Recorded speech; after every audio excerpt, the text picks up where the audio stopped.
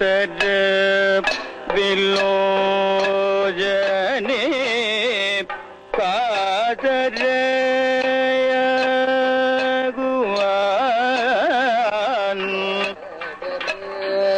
വിലോചനേ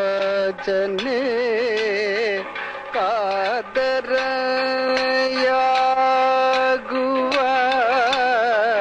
കാതര വിലോചനേ കാതര ആകുവാൻ കാതര വിലോചനേ കാതരയാകുവാൻ.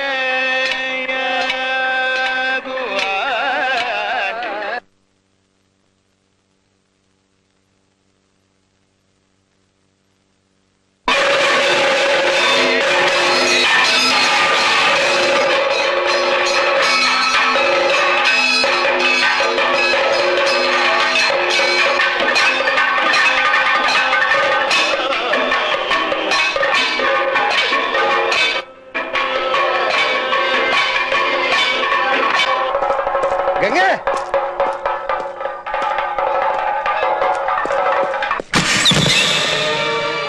ഗംഗേ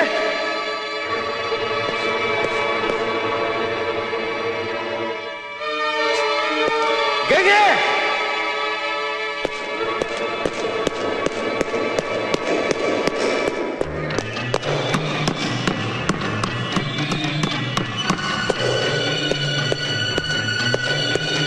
ഗംഗേ ഗംഗേ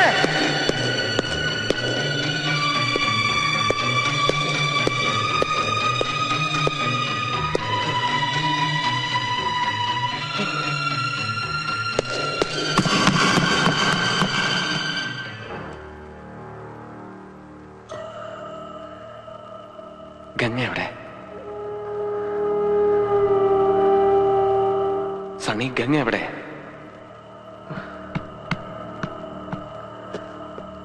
സണ്ണി, ഗംഗ എവിടെ എന്നാണ് ചോദിച്ചത്. നോക്കാം.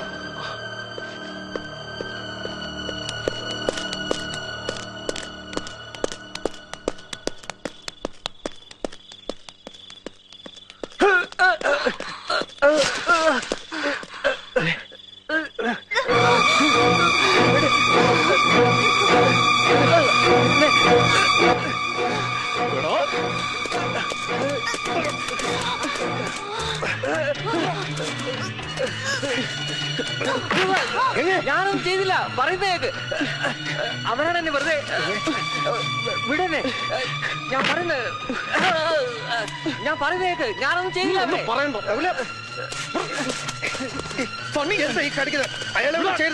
നീ പോയി ഗംഗയെ നോക്ക്. ഞാനൊന്നും ചെയ്തില്ല, അവരാണ്. I know. Hold down. I need your help. ഗംഗേ, Come.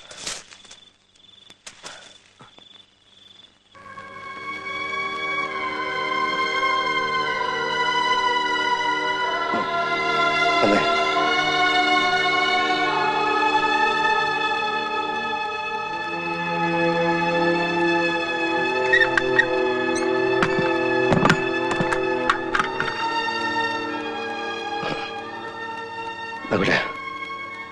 ഞാൻ കരുതിയിരുന്നതിലും വളരെ മുൻപ് തന്നെ വേദനിപ്പിക്കുന്ന കുറെ കാര്യങ്ങൾ നീ ഇപ്പോൾ അറിയാൻ തുടങ്ങിയാണ്. അങ്ങേയറ്റം ക്ഷമയോടെ നീ അത് കേൾക്കണം. അല്ലിയെ കൊല്ലാൻ ശ്രമിക്കുന്ന, ഗംഗയുടെ സാരിക്ക് തീ പിടിപ്പിക്കുന്ന മാടമ്പിള്ളിയിലെ മാനസിക രോഗി നീ വിചാരിക്കുന്ന പോലെ ശ്രീദേവിയല്ല. ആ രോഗി നിന്റെ ഗംഗയാണ്. ഞാനിവിടെ വന്ന ദിവസം തന്നെ എനിക്ക് മനസ്സിലായി ശ്രീദേവിക്ക് അസുഖമൊന്നുമില്ല. ശ്രീദേവിയിൽ അസുഖം ആരോപിക്കപ്പെടുമ്പോൾ യഥാർത്ഥ രോഗി അടങ്ങിയിരിക്കുകയാണ്, ആഹ്ലാദിക്കുകയാണ്. പക്ഷെ ആ രോഗി ആരാണെന്ന് മാത്രം പിടികിട്ടിയില്ല. ആ ഘട്ടത്തിലാണ് ഒരു ദിവസം ഗംഗയുമായി ഞാൻ തെക്കിനിയിലെത്തിയത്. അവിടെ വെച്ച് ഗംഗയിൽ നിന്നും ഒരു പ്രത്യേക തരം സൈക്കിക് വൈബ്രേഷന്റെ അനുഭവം എനിക്ക് കിട്ടാൻ തുടങ്ങി. വേദനയോടെ ഞാൻ മനസ്സിലാക്കി, ഞാൻ അന്വേഷിച്ച് നടക്കുന്ന മാടമ്പിള്ളിയിലെ യഥാർത്ഥ മനോരോഗി എന്റെ അടുത്ത് നിൽക്കുന്ന ഗംഗയാണെന്ന്. ഗംഗയിൽ എന്തുകൊണ്ട്, എവിടെ വെച്ച്, എങ്ങനെ ഈ രോഗം ഉടലെടുത്തു? ഒരിക്കൽ നീയുമായിട്ടുള്ള വിവാഹാലോചന വരെ എത്തിയ ശ്രീദേവിയുടെ സാന്നിധ്യമാണോ ഗംഗയുടെ രോഗകാരണം? അതറിയാനാണ് അന്ന് ഞാൻ ശ്രീദേവിയും കൂട്ടി അമ്പലത്തിൽ പോകാൻ പറഞ്ഞത്. പക്ഷെ ഗംഗയ്ക്ക് അതൊരു പ്രശ്നമേ അല്ലെന്ന് എനിക്ക് വളരെ വ്യക്തമായി. പഴങ്കഥയിലെ നാഗവല്ലിയുടെ ഒരു കാര്യം പറഞ്ഞ് ഗംഗയെ പ്രകോപിപ്പിക്കാൻ ഞാൻ ശ്രമിച്ചു. നാഗവല്ലിയുടെ ചിലങ്കയെ ചൊല്ലി എന്തൊക്കെയോ പറഞ്ഞ് ഞാൻ ഗംഗയോട് എതിർത്തു. ഗംഗ പ്രതികരിച്ചു. അതിശക്തമായി, അസാധാരണമായി. അപൂർവമായ ഒരു മനോരോഗത്തിന്റെ അഗ്നികുണ്ഡങ്ങൾ ഗംഗയുടെ കണ്ണുകളിൽ ജ്വലിക്കുന്നത് ഞാൻ ആദ്യമായി കണ്ടു. ആ നിമിഷങ്ങളിൽ ഒരു നിമിഷം ഗംഗ നാഗവല്ലിയായി മാറുകയായിരുന്നു. ഗംഗയുടെ അസുഖം അതാണ്. ചില നേരങ്ങളിൽ ഗംഗ നാഗവല്ലിയായി മാറുന്നു. നമ്മൾ പത്രങ്ങളിലൊക്കെ വായിക്കാറില്ലേ, 11 വയസ്സുള്ള മുസ്ലിം ബാലിക 71 വയസ്സുള്ള ഒരു വാര്യസാരായി പെരുമാറുന്നു, സംസാരിക്കുന്നു, സംസ്കൃത ശ്ലോകം ചൊല്ലുന്നു എന്നൊക്കെ. പഴമക്കാർ ഇതിനെ ബാധ കൂടിയതാണെന്നൊക്കെ പറയും. സൈക്യാട്രിയിൽ സ്പ്ലിറ്റ് പേഴ്സണാലിറ്റി, ഡ്യുവൽ പേഴ്സണാലിറ്റി, അതായത് അപര വ്യക്തിത്വം, ദ്വന്ദ്വ വ്യക്തിത്വം, പൊസഷൻ സ്റ്റേറ്റ് തുടങ്ങിയ ലഘു മനോരോഗങ്ങളായിട്ടാണ് ഇതിനെ കാണുന്നത്. ചികിത്സിച്ചില്ലെങ്കിൽ ഇവിടെ ഗംഗയിലെ ആ മറ്റൊരാൾ നാഗവല്ലിയാണ്. ഈ രോഗബാധയുണ്ടാകുമ്പോൾ രോഗിക്ക് അമാനുഷികമായ കഴിവുകളാണ്.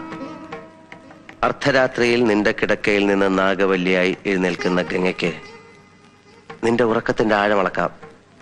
നീ എത്ര സമയം ഉറങ്ങും, ഏത് സെക്കൻഡിൽ ഉണരും ഒക്കെ അറിയാം.